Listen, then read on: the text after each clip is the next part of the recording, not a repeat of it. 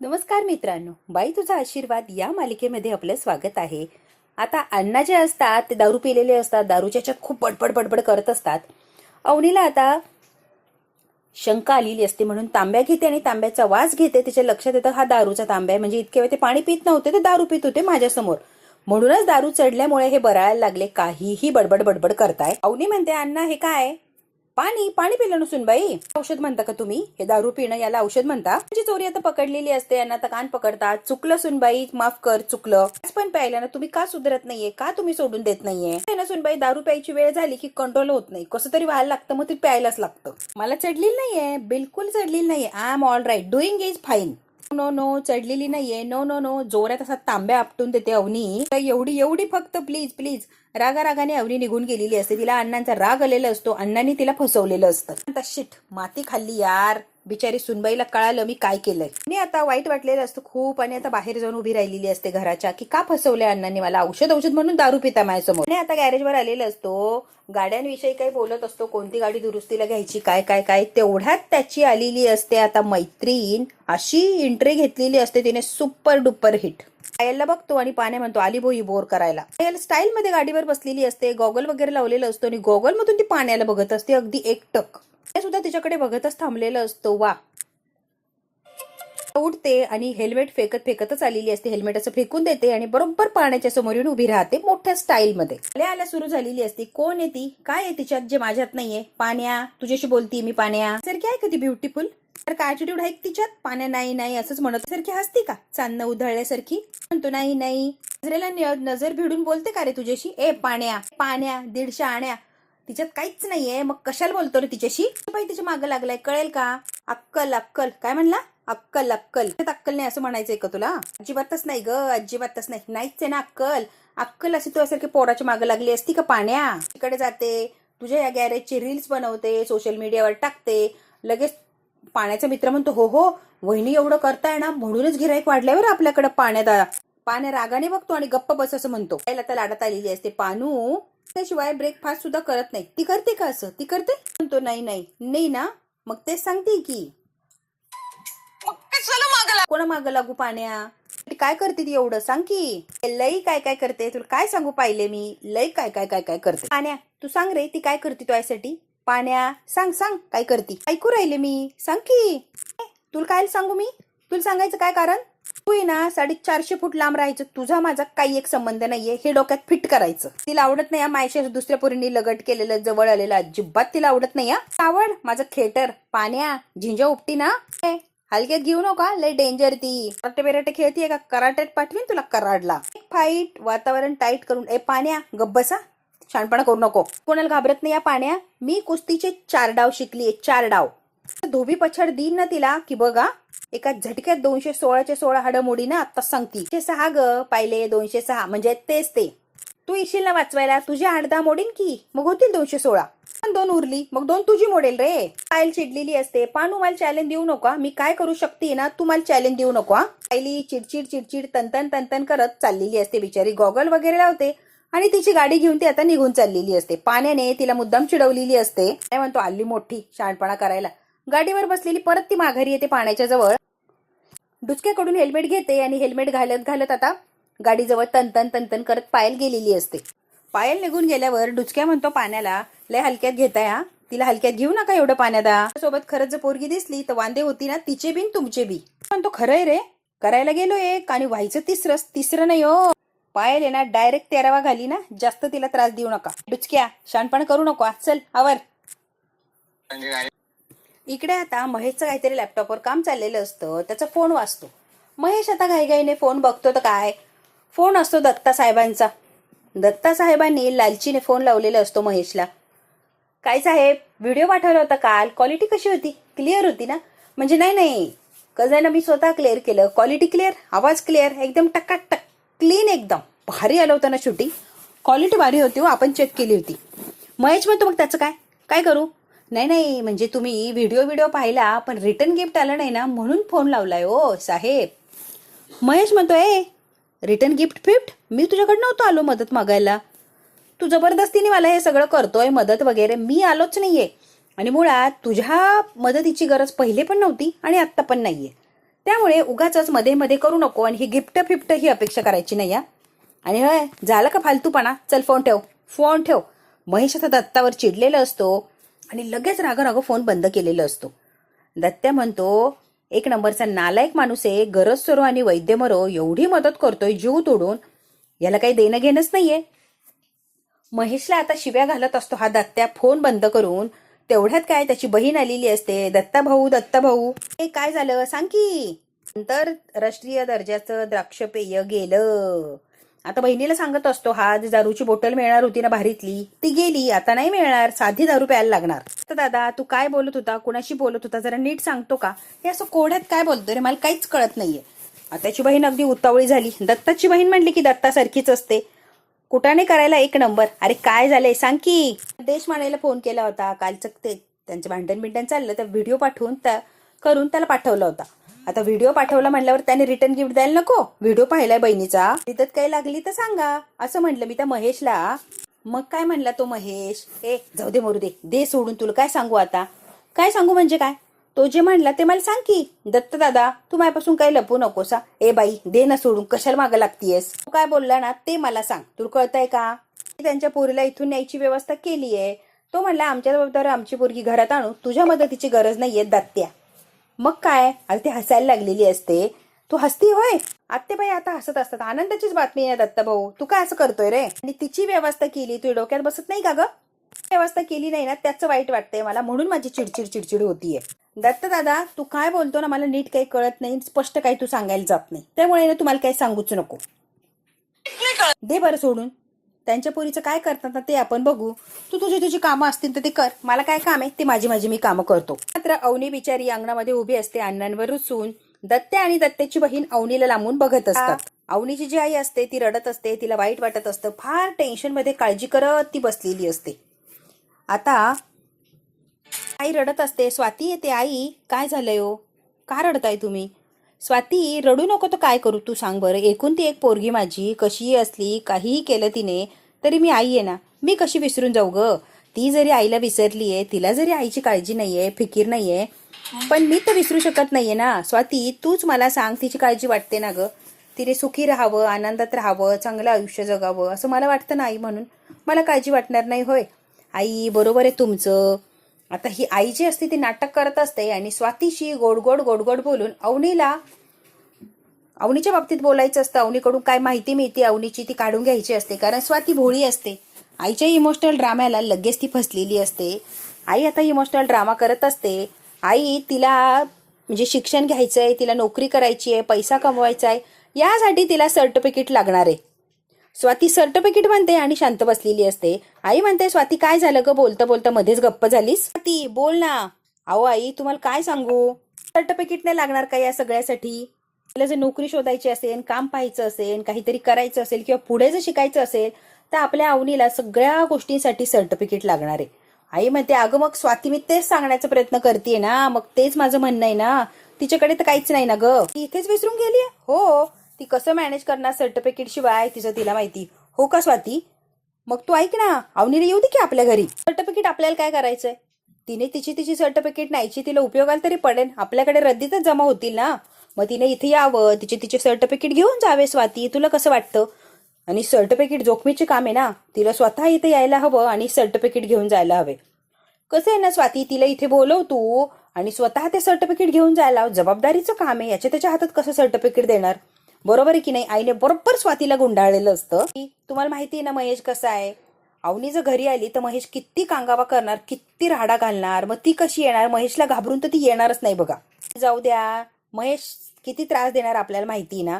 आई म्हणते, स्वाती असं काय करती तू, घरी नसताना बोलव तिला.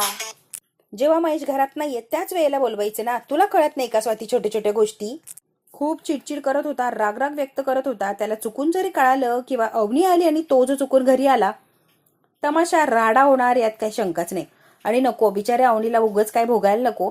मी नाही बोलवणार, तिचा जीव कुठे रिस्क याच्यात घालू मी, रिक्स घ्यायलाच नकोच आपण, नको तिला बोलवायलाच नको. स्वाती बिचारी खूप घाबरत असते. आई स्वातीला भरीस पाडत असते की तू अवनीला बोलव, जबाबदारी माझी. महेश तिच्या समोर येणार नाही ही जबाबदारी माझी. अवनीला बोलव, सर्टिफिकेट काय तिचे घेईन आणि पटकन निघून जाईन. म्हणजे बाबांनाही कळणार नाही आणि महेशलाही कळणार नाही आणि तिचे सर्टिफिकेट तिला मिळून जातील. आता ही स्वाती भोळी असते आणि तिला असं वाटतं की आई खरंच माझ्या बाजूनी आहे आणि अवनी झाली तर सर्टिफिकेट घेऊन ती परत गुपचूप माघारी जाईल असं स्वातीला सुद्धा वाटतंय. आणि आईने तिला तसं दाखवलेलं असतं, काळजी वगैरे दाखवलेली असते. आता आईवर या स्वातीला बरोबर विश्वास पटला. आई मी तिला बोलवायला तयार आहे, पण इथे तिला बाबांनी जर बघितलं, महेशनी जर बघितलं तर उगाच तमाशा होणार आणि मग बिचारीला खूप काही सहन करायला लागेल. वाटतंय हो मला बोलवावं. आणि आई मी एक फोन केला तर ते एका मिनिटात येणार एवढी सुद्धा गॅरंटी आहे मला. बाबा असतील, महेश जरी बाहेर गेला कामाला तर बाबा घरातच असणार. मग कसं मॅनेज करायचं? उद्या दुपारी हे आणि महेश कामासाठी बाहेर जाणार आहे. मग त्याचीच संधी साधून त्याच वेळेला बोलवायचं का अवनीला? तू ऐक आता, हे दोघं बाहेर गेले की तू अवनीला त्याच टायमिंगला बोलवून घे, म्हणजे सर्टिफिकेट सुद्धा देता येतील. अवनी गुपचूप यांना यायच्या आधी माघारी निघून जाईल. आईने जबरदस्त असा प्लॅन सांगितला आणि बिचारी स्वाती बरोबर आईच्या प्लॅनमध्ये अडकलेली असते. उद्या दुपारी अवनीला बोलून घेणार असतात, सर्टिफिकेट वगैरे द्यायचे असतात. गुपचूप येऊन सर्टिफिकेट घेऊन जा. कसं आहे ना स्वाती, त्या निमित्ताने मला बघायला मिळेल, भेट होईल ना, तिची आई आहे ना ग मी, काही झालं तरी काळजी वाटते ना. हो आई, हो आई, तुम्ही म्हणताय ते अगदी बरोबर आहे. उद्या दुपारच्याला बोलवतेस तिला मी. हे पॉसिबल आहे का? हे होऊ शकतंय का आई? तुम्ही सांगा बरं.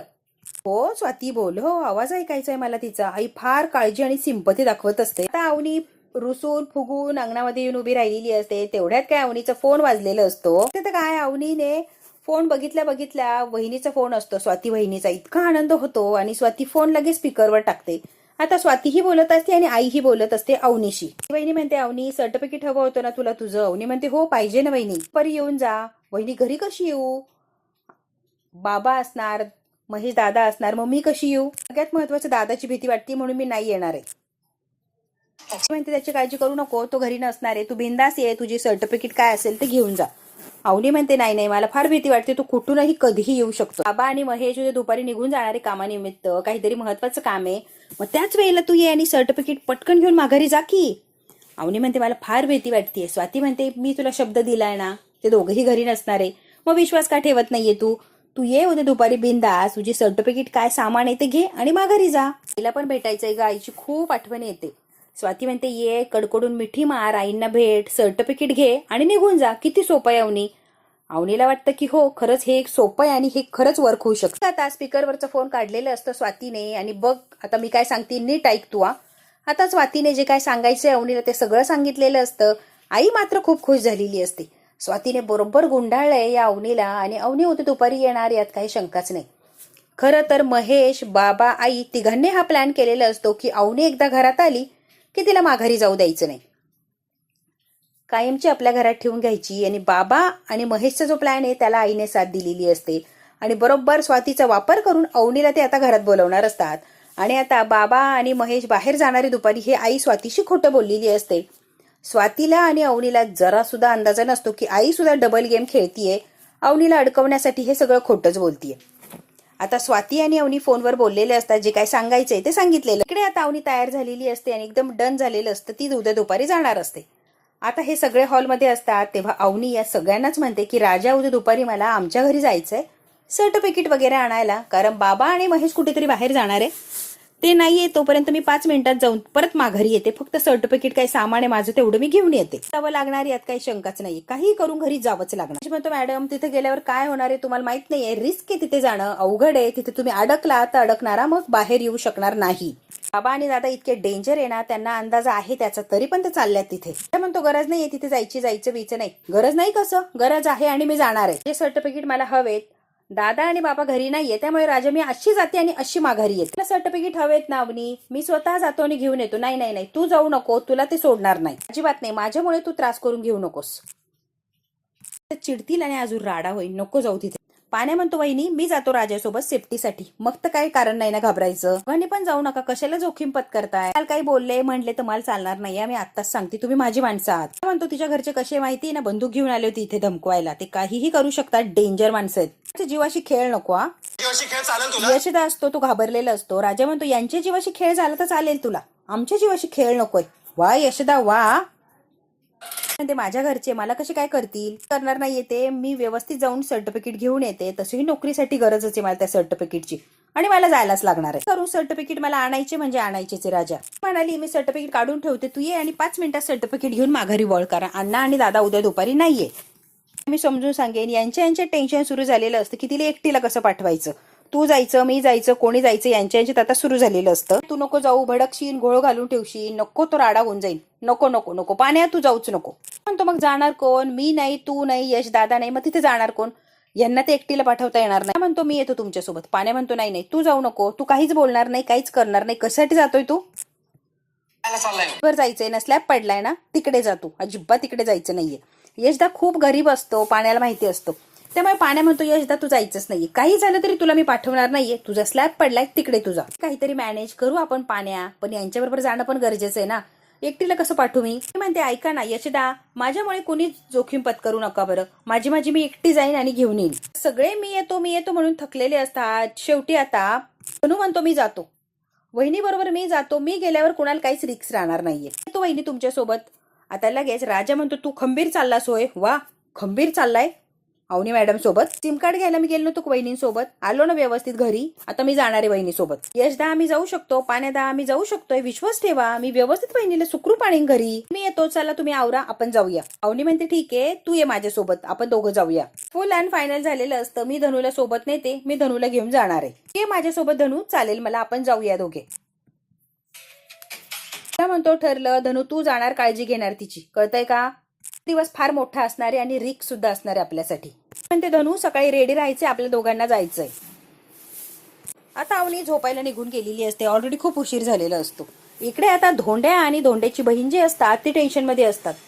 धोंड्या खुर्चीवर बसलेला असतो अवनीच्या घराकडे बघत, आणि जी बहीण असते म्हणजे आत्याबाई, त्या म्हणतात अरे दत्त्या दादा, या धोंड्याच्या घरातली जी बहीण आहे, जी पोरगी आहे ना, ती कधी जाणार आहे रे? ती बाई आहे ना बाई, धोंड्याच्या घरात एक सुद्धा बाई माणूस टिकायला नाही पाहिजे. धोंड्याच्या घरातली बाई माणूस कधी जाणार आहे बाहेर? दत्त्या म्हणतो 1 तास झाला तुझं तेच तेच तेच तेच चाललंय. ती कधी जाणार, ती कधी जाणार, ती कधी जाणार, ती कधी जाणार. अगं दुसरं काहीतरी बोल. काय 100 वेळेला जप करीन ना दत्त्या दादा, 100 वेळेला जप करीन की याच्या घरात एक सुद्धा बाई माणूस टिकलंच नाही पाहिजे. कळतंय का तुला? देशमाने असं काय गेम खेळणार आहे रे? पोरगी स्वतःहून तिच्या घरी माघारी जाणार आहे. सांग रे तू. दत्त्याला आता आत्याने प्रश्न विचारलेला असतो की समजत नाहीये मला, समजून घ्यायचा प्रयत्न करतोय, तो डोक्यात बसत नाहीये. त्या नुसता म्हणतो जाणार जाणार. कवा जाणार? मी सांगितलं ना, धोंड्याच्या घरात बाई माणूस नकोय म्हणजे नकोच आहे मला. माहितीये का, अति घाई संकटात नाही. हा हा, मलाच दम खायला लाव रे, खायला लाव दम. अजिबात वेळ नाही या. धोंड्याचं कधी वाटळ होतं यासाठी अगदी उतावळी आहे मी.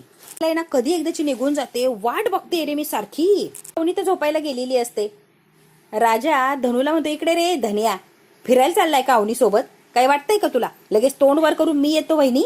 जायचं, सर्टिफिकेट घ्यायचे आणि गुपचूप माघारी यायचं. मिनिटाला फोन लावायचे आणि अपडेट द्यायचे. कळतंय काय धनिया? इकडे आता यांच्या घरात राडा, तिकडे आता धोंड्याच्या घरात राडा, सगळीकडे राडाच राडा असतो. धनू म्हणतो एवढं चिडायला काय झालंय रे राजादा? बोल, नॉर्मल बोल, एवढं काय चिडतोय? मिनिटाला अपडेट का द्यायचे? मी जबाबदार नाहीये का? जबाबदारीची जाणीव नाही म्हणजे मी जबाबदार माणूस नाहीये का? शहाणपणा शिकू नको हा धन्या. तिथे जायचं, सर्टिफिकेट घ्यायचं आणि गुपचूप माघारी यायचं. अजिबात शहाणपणा करायचं नाही. राजा विनाकारण बिचाऱ्या धनूवर चिडचिड करत असतो. यशदा धनूला जवळ घेतो. धन्या तू जबाबदार आहे, मला माहिती रे, जबाबदारीची जाणीव आहे तुला आणि तुझी जबाबदारी व्यवस्थित पार पाडशील. तर राजा जे बोललाय ना ते मनाला लावून घेऊ नको. यशदा राजाकडे आलेला असतो. राजाला सॉलिड टेन्शन आलेलं असतं की एकटी अवनी तिकडे जाणार आहे आणि तिकडे गेली की काय होणार हे त्याला माहितीच असतं. म्हणतो धन्या तुला एक आयुष्यातली ग्रेटेस्ट फिलॉसॉफी सांगतो मी. मधल्या भावाला जेव्हा राग येतो तेव्हा सगळ्यात छोट्याने अगदी शांत बसायचं असतं, संयम बाळगायचं असतो. कोणावर जरी आला तरी निघतो धाकट्यावरच. कळतंय का तुला? धाकट्यावर राग काढायला सोपं पडतं ना रे. म्हणून पाण्या आता धनूची समजूत काढत असतो. म्हणतो राजा काय चाललंय रे? दादा अरे मी तरी काय करू, मला टेन्शन आलंय रे, मग चिडचिड होती माझी. पाण्या सुद्धा येऊन उभा राहिलेला असतो, यांच्या चर्चेत सामील झालेला असतो. लई टेन्शन आलंय ते तिकडे गेल्या आणि परत आल्याच नाही तर काय करायचं सांग बरं. मला प्रसंग आठवत असतो. अवनीला धक्के मारून तिच्या भावाने कसं ढकलून दिलं आणि बाबा जेव्हा ऍडमिट झाले होते तेव्हा ते म्हटले की ज्या वेळेला माझी पोरगी पळून गेली त्यावेळेला माझ्यातला बाप मेला, अंघोळ केलीये तिच्या नावानं मी. तर तिच्या फोटो पुढे फुल वाहिलेलं असतं म्हणजे श्रद्धांजली दिलेली असते की अवनी आमच्यासाठी मेली, विषय संपला. हे अवनीने आणि राजाने स्वतःच्या डोळ्याने बघितलेलं असतं की बाबाची तब्येत बिघडली आहे म्हणून, तरी पण काळजीपोटी अवनी बाबांना बघायला हॉस्पिटलमध्ये जाते. तेव्हा तिच्या फोटोच्या पुढे आईने फूल वाहिलेलं असतं. बाबाने तिच्या नावाने आंघोळ केलेली असते आणि आईने डायरेक्ट श्राद्धच घातलेलं असतं. हा प्रकार राजाने डोळ्याने बघितलाय. ती लोक किती डेंजर आहे किंवा काय काय वागू शकतात हे राजाला चांगलंच माहिती असतं. महेशने तर धक्के मारून हॉस्पिटलमध्ये तिला ढकलून दिलेलं असतं. त्यावेळेला सुद्धा राजानेच तिला सावरलेलं असतं. अवनी बरोबर तिच्या घरचे कसे वागले हे स्वतःच्या डोळ्याने बघितलेलं असतं. त्यामुळे राजाला काळजी वाटणं अगदी साहजिक असतं. आणि जे काय घडलं ते आता यशदाला आणि पाण्याला तो सांगत असतो. पण तो राजा काय टेन्शन घेऊन राहिला, काही होणार नाही बघ. हे बघ, त्यांना सगळं माहिती होतं कोण कसं काय, तरी पण एवढं सगळं माहिती असताना तुझ्याशी लग्न केलं, धाडस केलंच ना. आपल्या घरातली माणसं आपण कसे हे सगळं बघून आपल्याला स्वीकारलंच ना त्यांनी, बरोबर ना. ते तीन तू काळजी करू नको. म्हणतो वहिनींचं प्रेम आहे ना तुझ्यावर, त्या नक्की येणार म्हणजे येणार. झाला आणि राजाला माहिती असतं की वहिनीचं प्रेम आहे की नाही, पाण्याचा गैरसमज झालेला असतो. मनातल्या मनात म्हणतो त्यांचं माझ्यावर प्रेम आहे की नाही मला माहित नाही, पण माझं त्यांच्यावर लई प्रेम आहे. त्यांना गमावणं मला शक्यच नाहीये. त्यांच्या आयुष्यात फक्त हॅपीनेस व्हायला पाहिजे बघ. आपणांसाठी मला त्यांच्यापासून दूर करू नको. हा भाग तर इथेच संपतो. पुढच्या भागात काय होणार आपण अगदी थोडक्यात बघूया. आता देवापुढे उभा असतो आणि हात जोडून म्हणतो की त्यांना सुखरूप घरी परत आण. आणि देवापुढचा दिवा विझलेला असतो. राजा इतका घाबरतो. अवनी आलेली असते आणि अवनी म्हणते की वहिनी मला बसायला वेळ नाहीये, मी फक्त सर्टिफिकेट घ्यायला आली.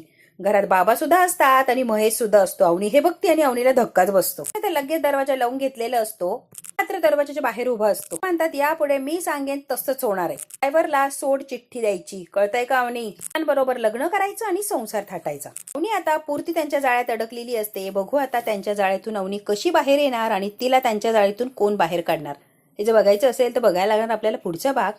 हा भाग इथेच संपतो. व्हिडिओ आवडल्यास लाईक शेअर सबस्क्राईब नक्की करा. धन्यवाद मित्रांनो.